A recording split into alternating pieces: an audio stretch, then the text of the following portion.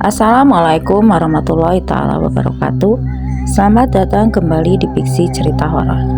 Kali ini ada sebuah kisah dari tulisannya Payung Hitam. Sebuah kisah yang berjudul 2 tahun tinggal di alam jin. Dan untuk seperti apa kisahnya, kita masuk saja ke ceritanya. Kisah ini bermula di sebuah kota kecil berada di dataran tinggi yang berada di luar Pulau Jawa. Sekitaran tahun 2004, saat itu Adit tinggal di kota kecil. Itu dia baru menikah dan baru saja mempunyai 1 anak. Adit ini memang dibesarkan di kota itu, tapi sesungguhnya keluarganya itu hanyalah pendatang. Karena keluarganya Adit ini berasal dari sebuah desa yang jaraknya masih sekitar 4 jam dari kota itu. Kehidupan keluarga Adit cukup sulit secara ekonomi, mulai dari bapaknya almarhum Pak Rudin. Sejak pertama kali menetap di kota itu, tidak mempunyai pekerjaan tetap karena menderita sebuah penyakit yang tidak kunjung sembuh, sampai akhirnya Pak Rudin pun meninggal. Sama halnya dengan Adit, yang kala itu ketika sudah menjadi seorang kepala keluarga untuk istri dan 1 orang anaknya, juga belum memiliki pekerjaan tetap. Dia hanya bekerja serabutan, ya. Panggilan misalnya, ada panggilan untuk membetulkan genting, membetulkan antena, bahkan menggali sumur. Adit kerjakan pekerjaannya itu pun dengan hanya didapatkan dari tetangganya saja. Jadi, jika tidak ada panggilan, Adit pun maka tidak bekerja. Sebenarnya aset harta semacam lahan perkebunan dan juga tanah orang tuanya miliki, tapi semua itu berada di desa sebelah. Adit pun bingung kenapa mereka lebih memilih meninggalkan aset keluarga mereka yang padahal jauh lebih sulit memiliki pekerjaan di tempat itu. Adit pun sudah beberapa kali meminta izin kepada ibunya kalau dia mau pindah saja ke desa asal keluarganya, daripada harus tinggal di kota dengan pekerjaan dan penghasilan yang tidak menentu. Maka lebih baik ia tinggal di desa itu untuk bertani, karena di sana banyak sekali lahan kebun milik almarhumah bapaknya yang bisa dimanfaatkan. Tapi aneh, ibunya selalu saja melarang Adit, bahkan sangat melarang Adit untuk kembali menginjakan kakinya di desa asalnya itu. Dan memang Adit juga belum pernah sekalipun ke desa asal keluarganya itu. Di masa dewasanya, Adit dan selalu saja bertanya, akan tetapi ibunya selalu menjawab jika keluarganya ada masalah dengan desa. Di sana ibunya pun takut jika nanti Adit ke sana, tetangga desa di sana punya niatan jahat dengan dia. Entah itu semacam guna-guna apa penyebabnya hingga warga desa memusuhi keluarganya. Tapi di sini ibunya selalu menutupi soal itu dan hanya menganggap jika Adit belum pantas tahu soal masalah itu karena sudah sangat resah dengan kehidupan yang tidak menentu. Akhirnya tanpa persetujuan sang ibu, Adit pun membawa serta istri dan 1 anaknya ke desanya yang niat awalnya Adit mau mencari tahu di mana letak lahan perkebunan almarhum ayahnya. Dan Adit pun berencana untuk menetap di desa itu dengan menjadi petani di lahan kebun milik keluarganya. Akhirnya Adit pun benar-benar tiba di desa asal dari keluarganya, yang mana desanya ini memang benar-benar sebuah desa terpencil yang berada di kawasan dataran tinggi pegunungan. Biasanya juga masih sangat sepi karena hanya ada sekitaran 30 rumah dan semua masyarakat berprofesi sebagai petani di desa itu. Juga belum ada sekolah dan belum merata akses jalannya yang bisa dilalui oleh kendaraan. Jadi memang menurut informasi yang Adit dapat, desa itu dulunya hanyalah perkebunan, bukan desa yang sesungguhnya. Jadi karena para petani, pemilik kebun di wilayah itu harus memakan waktu seharian untuk menuju ke kebunnya, karena pada mulanya memang sama sekali tidak ada aset kendaraan, dan oleh karena itu banyaknya petani yang lebih memilih tinggal sementara di rumah kebun. Hingga secara perlahan semakin banyak saja petani yang membangun rumah di kebun yang lambat laun. Akhirnya banyak dari mereka pun memilih untuk tinggal menetap di sana, hingga jadilah sebuah desa. Di awal-awalnya Adit sampai di desa itu, semua masyarakat desa di sana sangat ramah dan murah senyum. Dan karena hal itulah akhirnya Adit pun mudah untuk memulai interaksi yang niatnya mau bertanya soal lahan pun milik almarhum bapaknya. Pak Rudin. Ia pun lalu mulai mencari-cari kenalan almarhum bapaknya di desa itu. Dan di pikiran Adit, siapa tahu masyarakat di sini bisa memberikan informasi. Tapi saat masyarakat tahu kalau Adit ini ternyata adalah anak dari almarhumah Pak Rudin, mereka semua yang tadinya ramah dan murah senyum, tiba-tiba saja menjadi takut dan seolah-olah menghindar. Adit bukan hanya satu, tapi beberapa masyarakat semuanya menghindar. Dan disinilah Adit mulai berpikir tentang cerita ibunya, kalau dulu mereka ada masalah dengan masyarakat di sini. Dan sepertinya masalahnya memang sangat besar. Namun Adit di sini tidak mencoba dulu mencari tahu, karena tujuan Adit ke sana bukanlah untuk mencari tahu masalah orang tuanya dulu. Namun dia ingin memulai kehidupan baru di desa itu. Hingga akhirnya Adit pun bertemu dengan seorang bapak-bapak yang bernama Pak Hajir. Ia mengaku sebagai teman baik Pak Rudin dulu. Akhirnya Adit serta istrinya pun dibawa ke rumah Pak Hajir. Bahkan Pak Hajir mempersilahkan Adit dan istri anaknya untuk tinggal sementara di rumahnya. Pak Hajir ini juga ternyata tahu di mana letak lahan perkebunan milik almarhum Pak Rudin, yang niatnya di keesokan hari Adit pun akan dibawa ke beberapa lahan perkebunan milik bapaknya dulu. Keesokan harinya Pak Hajir dan Adit pun berdua pergi ke lahan Pak Rudin yang jaraknya sekitar 1 jam jika ditempuh dengan berjalan kaki dari desa itu. Karena memang akses ke lahan kebun milik Pak Rudin hanya bisa ditempuh dengan berjalan kaki. Saat mereka tiba ke lahan perkebunan milik Pak Rudin, ternyata kala itu lahan itu sudah banyak ditumbuhi rumput serta tanaman liar yang sudah tinggi-tinggi sekali. Hingga karena memang lahan itu sudah tidak terurus selama berpuluh-puluh tahun sejak ditinggalkan keluarga Adit ini. Tapi di sini ada sesuatu yang membuat Adit heran. Ya, kala itu ia melihat sebuah kresek berwarna merah yang seolah dijadikan bendera penanda yang berada di perbatasan lahan milik almarhum bapaknya. Dan ternyata plastik kresek berwarna merah itu memanglah sengaja dipasang oleh warga untuk sebagai penanda perbatasan. Karena saat itu warga seolah-olah tidak sudi meninjak tanah perkebunan milik Pak Rudin.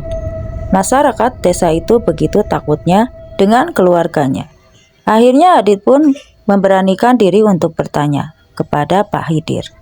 Pak Hajir pun saat itu enggan untuk menjawab. Dia pun mengalihkan pada persoalan yang lain. Setelah itu mereka pun lanjut lagi melihat-lihat lahan yang lainnya yang masih berada di sekitaran situ. Sambil berjalan melihat-lihat, Pak Hajir mulai menjelaskan jika Pak Rudin dulunya adalah orang paling kaya di desa ini. Memiliki banyak sekali lahan perkebunan yang ukurannya semua itu sangat luas. Bahkan Pak Rudin kala itu sampai membangun sebuah mushola di desa itu yang lalu digunakan untuk masyarakat desa. Akan tetapi saat itu keadaan musholanya sudah terbengkalai selama berpuluh-puluh tahun karena memang masyarakat desa tidak ada yang mau beribadah di mushola itu. Di sini pun Adit makin penasaran kenapa sebegitu bencinya masyarakat desa dengan keluarganya. Adit pun kembali bertanya kepada Pak Hajir untuk kedua kalinya. Tapi Pak Hajir hanya menjawab jika itu semua hanyalah masa lalu. Mungkin nanti pun masyarakat desa juga mulai terbiasa. Mereka pun sama-sama diam dan melanjutkan jalannya untuk melihat-lihat lahan lainnya yang semuanya adalah milik almarhum bapaknya Adit, Pak Rudin. Setelah mereka melihat-lihat semua lahan perkebunan, ternyata semua lahan perkebunan milik bapaknya itu semuanya sudah diberikan penanda oleh warga desa. Adit pun di sini makin kepikiran soal hal itu. Tapi Adit juga tidak begitu berusaha untuk mencari tahu lagi, karena tujuan utama dia ke situ hanyalah untuk mencari tahu keberadaan lahan bapaknya. Dan nantinya dia akan memulai memanfaatkan lahan itu dengan bertani. Setelah itu mereka berdua pun kembali ke desa, dan di keesokan harinya Adit sendirian pergi ke lahan kebunnya. Karena kata Pak Hajir, untuk sampai ke lahan kebunnya hanya mengikuti jalan setapak saja. Biasanya masyarakat desa pun juga berjalan kaki lewat situ juga. Karena itu Adit juga percaya diri dan sama sekali tidak merasa takut untuk berjalan sendirian. Karena memang hanya ada jalan setapak yang tinggal trekking saja. Selama kurang lebih 1 jam perjalanan, akhirnya Adit pun kala itu jalan dan pergi sendiri, memulai membersihkan lahan kebunnya. Sebenarnya, Adit juga sudah mencoba untuk mencari bantuan jasa warga di desa itu yang mungkin mau membantu dia untuk membuka lahan. Tapi karena Adit tidak bisa membayar secara langsung, ia pun kesulitan untuk mendapatkan bantuan. Ditambah lagi karena masa lalu misterius dari keluarganya di desa itu, hingga membuat kebanyakan warga pun takut dengan apapun yang berhubungan dengan keluarga Adit. Adit pun mulai berjalan ke lahan kebunnya. Ia mulai melewati perkebunan warga. Semakin masuk ke wilayah perkebunan, pohon-pohon atau vegetasinya pun semakin padat dan gelap. Setelah 1 jam perjalanan, Adit pun di sini mulai merasa aneh dengan situasinya, ya, karena semakin lama dia berjalan, suasana semakin aneh dan berbeda dengan yang kemarin ketika ia melewatinya dengan Pak Hajir. Padahal Adit berjalan hanya mengikuti satu-satunya jalan setapak yang ada di sini. Adit seolah-olah seperti mulai merasa tersesat. Akhirnya karena takut tersesat lebih jauh lagi dan akan memakan waktu lebih banyak, akhirnya Adit pun putar balik, berjalan ke arah desa kembali. Dan setelah berjalan balik, Adit pun mulai benar-benar merasa aneh, karena kala itu ia bertemu dengan batang pohon tumbang yang sekarang menutupi jalan setapaknya. Ya, pohon itu bukanlah pohon yang baru tumbang, yang kelihatannya pohon itu sudah lama sekali tumbang hingga menutupi jalan. Ukurannya pun sangatlah besar. Adit pun melangkahkan kaki saja. Masalahnya saat sebelumnya ia lewat, ia sama sekali tidak menemui pohon tumbang itu. Padahal ini adalah jalan yang sama yang tadi ia lewati. Tapi situasinya seolah-olah sudah sangat berbeda, termasuk pohon itu. Adit pun mulai merasa bingung, tapi ia tidak begitu takut karena ia masih berada di jalan setapak yang memang biasanya dilalui warga. Jika ingin ke kebun, yang artinya ia masih berada di tempat diakses manusia. Adit pun terus berjalan mengikuti jalan setapak itu, berharap ia segera bertemu dengan warga lain. Tapi setelah terus ia berjalan mengikuti jalan setapak itu, betapa kagetnya Adit ketika ia mendengar suara air terjun. Dia pun terus berjalan dan ternyata jalan setapak itu memang mengarah ke air terjun itu. Dan yang membuat Adit heran adalah dia sama sekali tidak melihat adanya air terjun. Bahkan kemarin saat ia berjalan dengan Pak Hajir, Adit sama sekali tidak melihat adanya air terjun. Ini Adit pun mulai merasa jika ia sudah semakin jauh tersesat. Tapi saat Adit melihat air terjun itu, dia benar-benar takjub.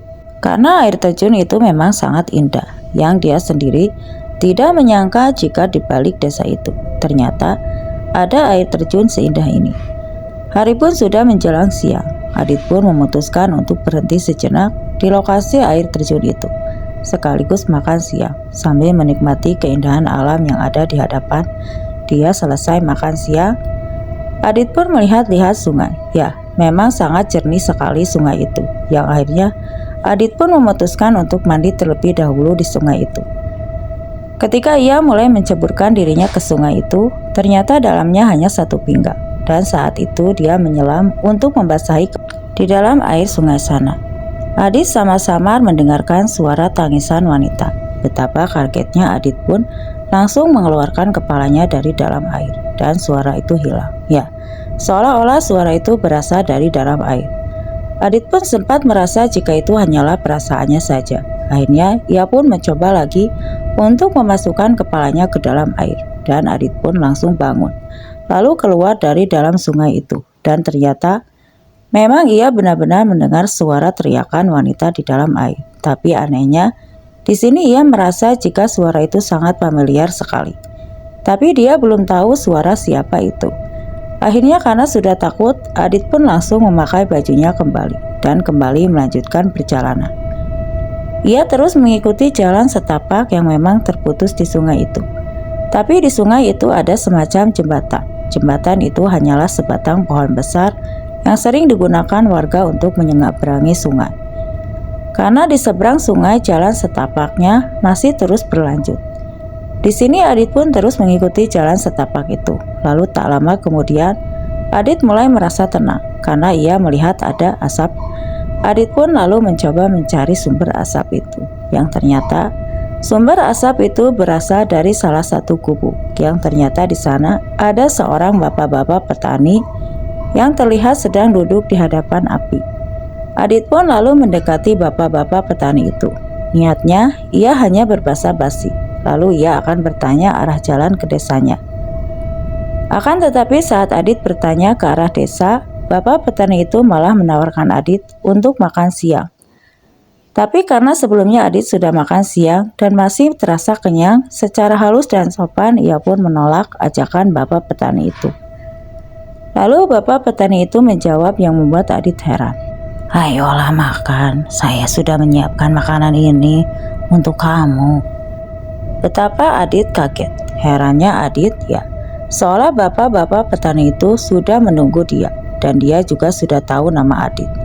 Padahal sebelumnya Adit belum memberitahu nama aslinya. Di sini Adit mulailah kebingungan. Tapi Adit masih mencoba berpikir positif. Mungkin saja bapak-bapak ini sama seperti Pak Hajir, teman bapaknya dulu. Mungkin. Tapi tetap itu benar-benar aneh, sangat aneh. Sehingga ia pun mengerungkan niatnya untuk bertanya lagi, dan bapak petani itu mengajak Adit untuk masuk ke dalam gubuknya. Adit pun kaget kala itu melihat makanan yang sudah disiapkan 2 porsi. Ya, benar-benar sudah siap di piring makanannya juga. Adit sedikit aneh dengan situasi rumah gubuk yang berada di tengah-tengah hutan dan juga perkebunan. Tapi makanan yang berada di dalam gubuk bapak petani ini benar-benar makanan mewah, lengkap dengan buah-buahannya seperti anggur, apel, dan juga jeruk.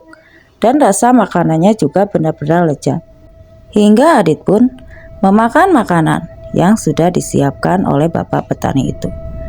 Tiba-tiba ia berbicara dan membuat Adit sangat heran, bingung sama sekali tak mengerti akan maksud perkataan dari bapak petani itu. "Bapakmu dulu tidak menepati janjinya. Sekarang apa yang dimiliki bapakmu bukan lagi milik keluarga kalian." Di sini Adit benar-benar tidak mengerti apa maksud semua dari perkataan itu. Hingga Adit pun memberanikan diri untuk bertanya tentang maksudnya. Dan bapak petani itu pun kembali mengulangi, "Bapakmu dulu tidak menepati janji." Adit sama sekali tidak mengerti. Akhirnya Adit pun diam, tidak berani untuk bertanya lagi. Dia pun hanya mengangguk-angguk, seolah mengerti tentang maksud dari bapak petani itu. Setelah selesai makan, bapak petani itu pun mempersilahkan Adit untuk pulang ke desanya. Dia pun berkata kala itu, "Ikuti saja jalan setapak. Nantinya Adit akan kembali ke desanya lagi." Adit pun pamit, lalu dia pun melanjutkan perjalanannya dengan mengikuti jalan setapak itu. Beberapa menit Adit berjalan. Kala itu ia langsung mengingat situasi jalannya yang sama persis seperti jalan yang kemarin ia lewati dengan Pak Hajir. Dia pun terus berjalan hingga kala hari sudah sore. Adit pun berhasil tiba di desanya kembali. Sesamanya di desa, Adit kala itu berpapasan dengan salah satu warga. Tapi saat warga itu melihat Adit, warga itu benar-benar ketakutan, seperti seolah melihat hantu yang akhirnya warga itu pun berlari ketakutan. Dan tak lama kemudian, Adit pun lalu didatangi oleh beberapa warga, yang kemudian semuanya berteriak histeris kala melihat Adit. Adit pun akhirnya dibawa ke rumah seorang ustadz, karena di desa itu biasanya jika ada masalah berkaitan dengan hal-hal gaib seperti misalnya kerasukan dan lain sebagainya, ustadz selalu dipercaya warga bisa membantu menyelesaikan masalah. Pada awalnya di sini tadi sangat bingung karena tanpa basa-basi dia langsung dibawa begitu saja oleh para warga ke rumah Pak Ustadz. Ketika sampai di rumah Pak Ustadz, Adit pun lalu didudukan dan menjadi tontonan banyak sekali warga yang berkerumunan melihat kondisi Adit. Dan ternyata kenapa bisa para warga ini membawa Adit ke rumah Ustadz? Ternyata Adit ini sudah dinyatakan hilang selama 2 tahun. Hingga akhirnya sang istri dan anaknya pun sudah kembali ke kotanya. Karena Adit tidak kunjung ditemukan. Pak Ustadz pun menuturkan, saat Adit ini pergi sendirian ke lahan kebunnya, Dia tidak pernah kembali lagi hingga dinyatakan hilang atau tersesat di dalam hutan wilayah desa itu. Karena itu keluarga Pak Hajir dengan dibantu beberapa warga pun termasuk Pak Ustadz sudah mencoba untuk mencari Adit hingga menelusuri hutan. Tapi berminggu-minggu lamanya Adit tidak kunjung ditemukan. Dan karena sudah berminggu-minggu tak kunjung ditemukan, disitulah istrinya seolah pasrah jika Adit sudah tidak ada. Hingga istrinya pun kembali ke kota tanpa Adit. Hingga akhirnya setelah 2 tahun berlalu dan Adit dinyatakan hilang, warga pun juga sudah mulai lupa dengan kejadian itu. Tiba-tiba saja Adit kembali datang ke desa dalam keadaan segar, sehat, yang sama sekali tidak terlihat jika dia dalam keadaan kritis. Karena biasanya orang yang bertahan hidup di dalam hutan ataupun tersesat di dalam hutan pasti ketika diketemukan dalam keadaan sangat kritis.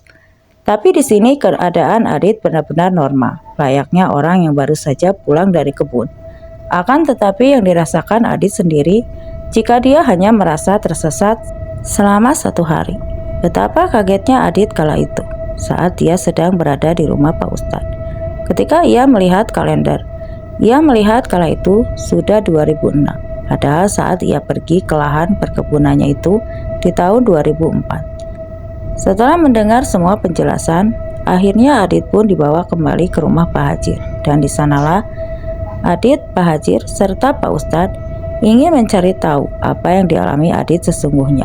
Di situ pun juga Adit mulai menceritakan secara rinci apa yang sudah dia alami. Sepertinya dia memang sadar jika ia tersesat hingga bertemu air terjun yang sangat indah dan lalu bertemu bapak-bapak tua di gubuk tengah hutan. Dengan soal air terjun, Pak Hajir dan Pak Ustadz pun langsung teringat soal satu hal, Pak Rudin, almarhum bapaknya. Karena di desa mereka itu sebenarnya tidak ada air terjun, tapi memang di desa mereka ada air terjun percis seperti yang sudah dilihat oleh Adit. Tapi air terjun itu merupakan air terjun tak kasat mata. Hanyalah orang-orang tertentu yang bisa melihat air terjun itu. Dan karena Adit sendiri sudah melihat air terjun itu, Pak Hajir pun terpaksa menceritakan soal bapaknya, yaitu almarhum Pak Rudin, yang sebenarnya pada awalnya Pak Hajir tak mau menceritakan soal itu, karena hal itu memanglah aib.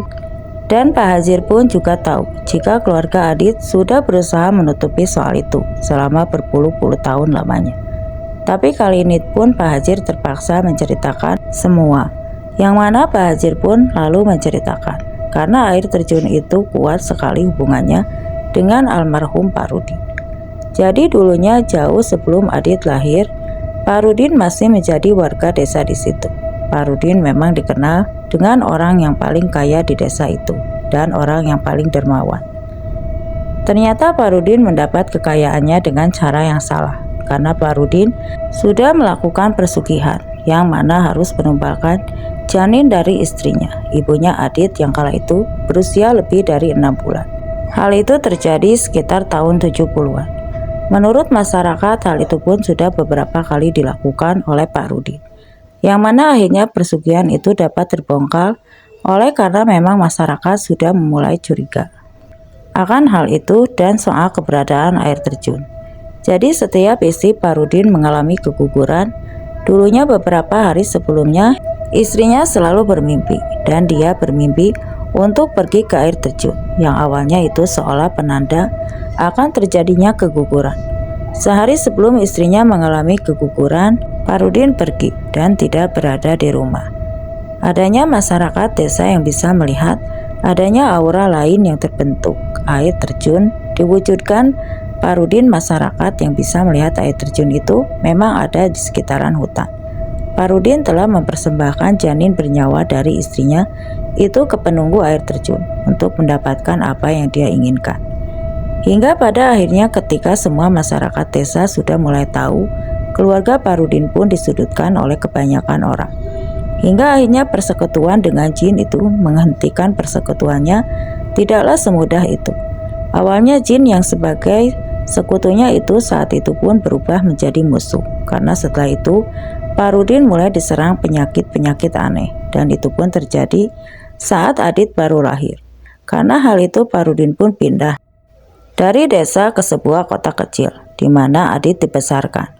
Setelah lama menahan sakit yang tak kunjung sembuh, yang saat itu Pak Rudin sudah menetap di kota. Pak Rudin pun meninggal dunia karena penyakit misterius. Kenapa misterius? Karena memang penyakitnya ini tidak pernah terdeteksi secara medis. Disinilah akhirnya Adit pun mulai mengerti kenapa ibunya selalu merahasiakan soal hal itu, dan kenapa ibunya selalu melarang keras Adit untuk menginjakkan kakinya kembali di desa. Dan itulah dia juga baru tahu kenapa keluarganya lebih memilih untuk hidup miskin di kota, sedangkan di desa asalnya mereka memiliki banyak sekali aset kekayaan. Dan satu hal lagi, soal pertemuan Adit dengan bapak-bapak petani di gubuk di dalam hutan, yang bapak petani itu berkali-kali mengatakan, "Bapakmu tidak menepati janjinya. Dan sekarang, apa yang sudah dimiliki bapakmu bukanlah milik kalian lagi." Di situ akhirnya Adit pun mulai mengerti maksud perkataan dari bapak-bapak tua itu, yang diyakini itu bukanlah manusia, tapi sebangsa jin, yang mungkin jin itulah tempat almarhum Pak Rudin melakukan persugihan. Dan diyakini juga jika sosok jin itulah yang sudah membuat Adit tersesat, yang ternyata dia sudah dinyatakan hilang selama 2 tahun. Benar-benar suatu kejadian aneh dan mengerikan tentang apa yang dialami Adit, terutama saat dia mengetahui apa yang sebenarnya terjadi. Selesai. Oke para sahabat, terima kasih sudah mendengarkan dan mampir ke channel ini. Semoga apa yang saya bawakan bisa menjadi pelajaran penting untuk kita semua. Dan sekali lagi, terima kasih.